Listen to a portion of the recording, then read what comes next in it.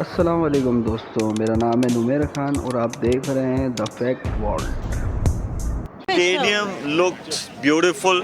I believe this T20 competition is going to be a success.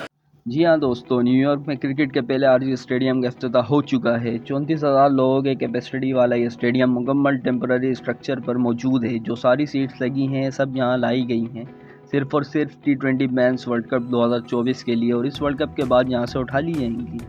یہاں پہ پچیز بھی drop ان پچیز ہے جو کہ فلوریڈا میں تیار ہوئی اور یہاں لا کے اس کی کارپیٹنگ کی گئی۔ ICC کا کہ یہ کہنا ہے کہ یہ ساری فیسلٹی بالکل انٹرنیشنل لیول کی ہے۔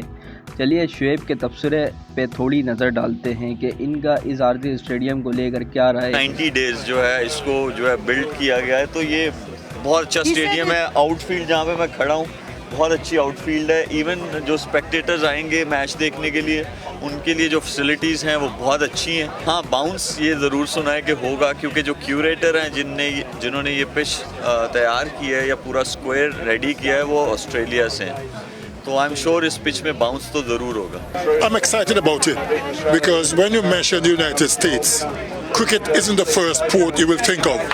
Basketball, football, baseball, that kind of stuff, So cricket in America could make a big difference, and especially the T20 format, because we know in America, the Americans want everything to finish in quick time.